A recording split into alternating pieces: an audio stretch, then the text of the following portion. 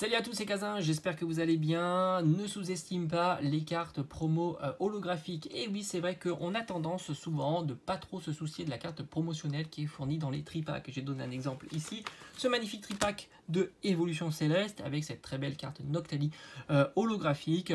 On a tendance à acheter plusieurs tripacks de cette série-là, d'ouvrir les boosters, garder une carte et encore, souvent elle est mise de côté, elle est mise dans un coin.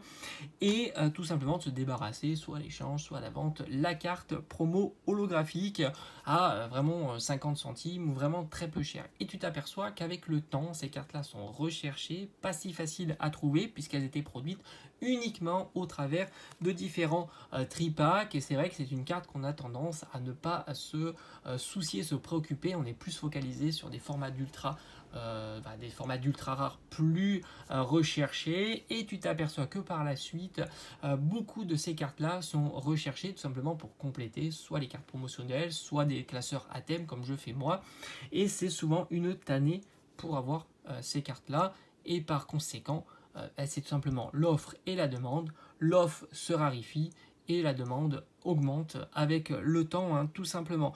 Alors ce Noctali là n'est pas très compliqué à trouver, tu peux le trouver pour quelques euros, il n'a pas spécialement monté puisque la série est encore récente, et je me demande s'il n'y a pas eu des tripacks qui sont ressortis avec le Noctali. Alors ça, il faut le prendre avec des pincettes puisque j'ai vu des tripacks il n'y a pas très longtemps en boutique, mais à voir laquelle carte promo était proposée. Moi de mémoire, j'avais eu un BK Glaçon, Duralugon, je crois que c'était sur Clash des Rebelles, je crois que j'avais eu un BK Glaçon, mais ça serait pas surprenant de voir évidemment le Noctali. Mais on sait très bien que à l'avenir, le Noctali est un Pokémon plutôt populaire, et je ne serais pas surpris de voir cette carte là plus tard à entre 5 et 10 euros, tout simplement.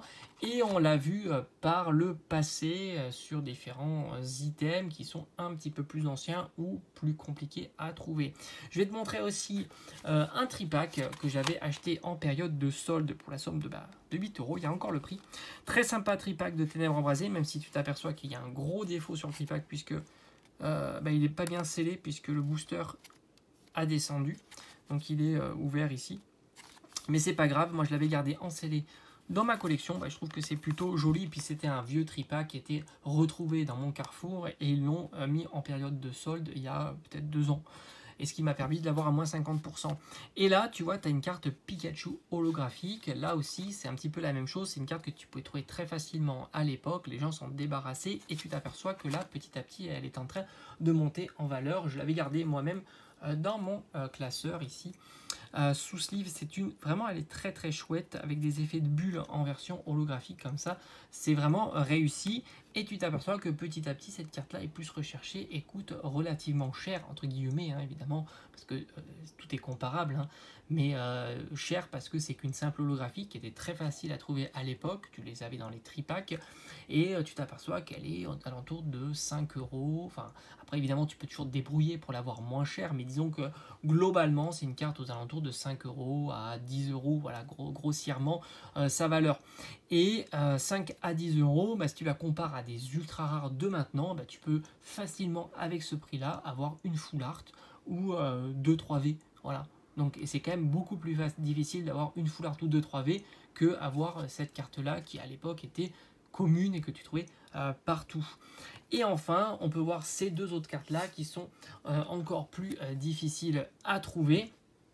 Tu as ici le Pikachu avec cette magnifique illustration très très sympa avec Donphan, Grenivol ou quelque chose comme ça, qui était dans un grand coffret.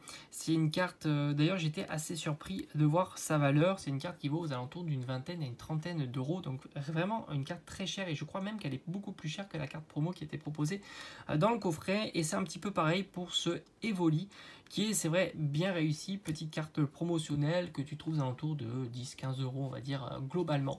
Donc il ne faut vraiment pas sous-estimer ces cartes promotionnelles.